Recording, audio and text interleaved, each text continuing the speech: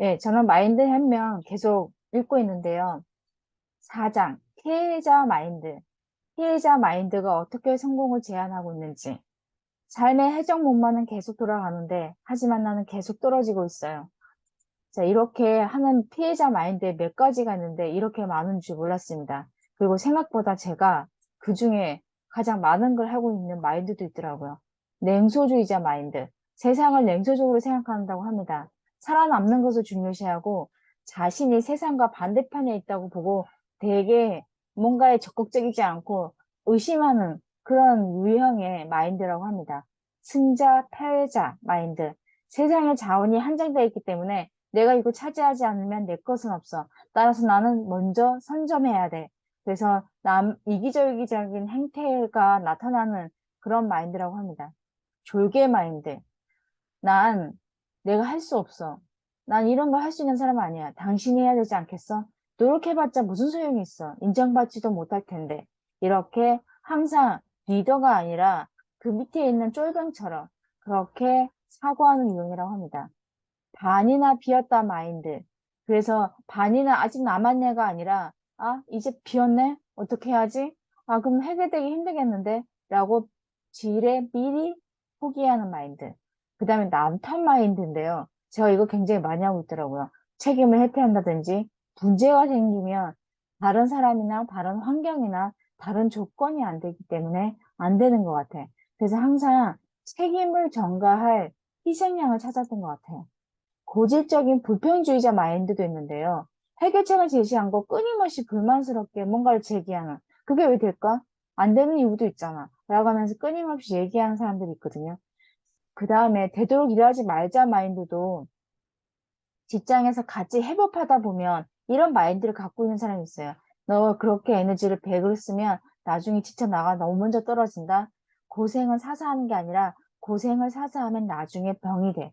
뭐 이런 식으로 얘기를 해서 굉장히 몰입하고 뭔가를 재밌게 할 수 있는데 떨어뜨리는 사람들도 있거든요. 그래서 일을 필요악이라고 보는 사람이 있다고 합니다. 그다음에 지루하다 마인드. 이건 은연중에 저희가 있는 것 같아요. 흥미를 꾸준히 유지하는 노력을 보이는 게 아니라 그냥 재밌는 일이 생기기를 기대하면서 뭔가를 적극적으로 찾아보지 않는 그래서 뭔가 인생은 굉장히 지루하다. 아, 뭔가 없을까 찾고는 있으나 그게 소극적으로 하고 있는 마인드.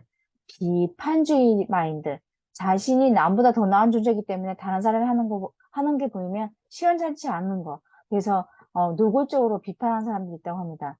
자, 자세히 살펴보면 냉소주의자 마인드. 뭔가 들어온지 제대로 모를 때 냉소로 바뀌기 쉽다고 하거든요. 냉소주의자는 사실 그 이면에 보면 두려움이 아주 강하다고 합니다. 그 방어 기제로 냉소주의자의 마인드로 가고요. 승자, 패자 마인드. 내가 뭔가를 얻으려면 남이 희생할 수밖에 없어. 그래서 항상 정정긍긍하다고 합니다. 내가 여기서 이겨야 되겠는데 피 튀기는 경쟁은 불가피다 해서 남이 많이 가지면 굉장히 힘들어하는 스타일이라고 합니다. 졸개 마인드. 자기 인생을 조절하는 능력은 나한테 있는 게 아니라 밖에 있는 누군가, 다른 외부적인 힘이 있다고 하기 때문에 인생을 굉장히 주도적으로 살 수 없기 때문에 이런 사람들이 우울증에 굉장히 많이 걸린다고 합니다. 남이 움직여주는 존재가 아니라 스스로 움직일 수 있는 주체로 생각하는 연습을 해봐야 된다고 합니다. 무력감, 자기연민, 이런 게 다 졸개 마인드에서 나온다고 합니다. 반이나 비었다. 우리는 항상 컵을 보면 반이 남았을 때, 남아있네라고 긍정적으로 생각해야 되는데, 최근에 7월 1일, 어제 이제 상반기를 끝내고 하반기 6개월이 남았는데, 이제 2024년도 다 갔어. 라고 하는 분이 계시더라고요. 반이나 비었다는 생각을 반이나 남았다는 생각으로 바꿔보라고 합니다.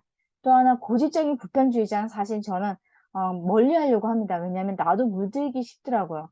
그래서 나는 스스로 할 수 없다. 잘못됐다. 라고 하는 거 계속 주입시키고 있더라고요. 그래서 이런 건 떻게 보면 불평주의자들이 옆에 있으면 나도 모르게 감염돼서 나도 그렇게 불평녀가 될 수밖에 없다. 그래서 이걸 되풀이하는 걸 바꿔보라고 합니다. 그때마다 불평 한마디 할 때마다 감사하다는 생각 하나로 그 불평 스위치를 내리라고 합니다. 그래서 감사하는 일을 한 가지씩 찾아보면 그렇게 믿고 불평하고 싶은 상사에게 그래도 이 사람 이쁜 구석이 있네? 라고 할 수 있다고 합니다. 되도록 일하지 말자. 일에 헌신하는 자세는 왜 일하는가?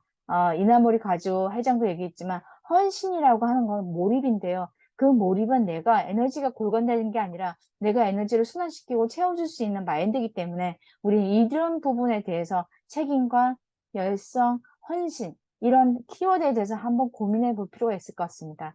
지루하다는 마인드. 그래서 지루하다는 마인드는 시국비를 드라이브하는 것처럼 그냥 천천히 그냥 계속 그 보이는 풍경에 그냥 따라가는 그런 마인드인데요.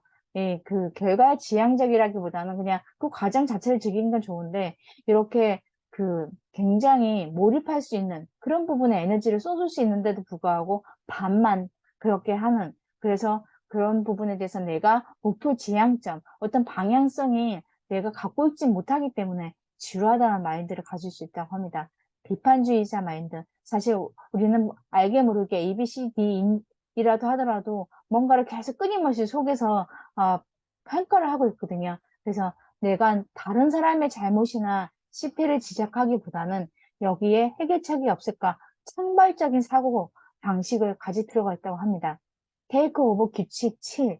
그래서 피해자 마인드로 세상을 바라보면 사는 것이 황량하고 삭막하다. 남들이 정해준 조건에 맞춰서 살아간다면 당신은 무수한 고리를 뛰어넘는 그런 서커스의 동료가 갖게 된다고 합니다. 애처로운 비명을 지르면서 그렇게 산다고 하는데요. 이렇게 피해자 마인드를 상세하게 이야기하는 게 뭐냐면 우리 잠재의식에, 무의식에 굉장히 뿌리 박혀 있다고 합니다. 누구나 하나는 다 갖고 있다고 하거든요. 이런 걸 우리는 한번 들여다보고 내 삶을 주도적으로 그렇게 살아야 충만한 삶이 사라진다는 얘기를 하고 있습니다.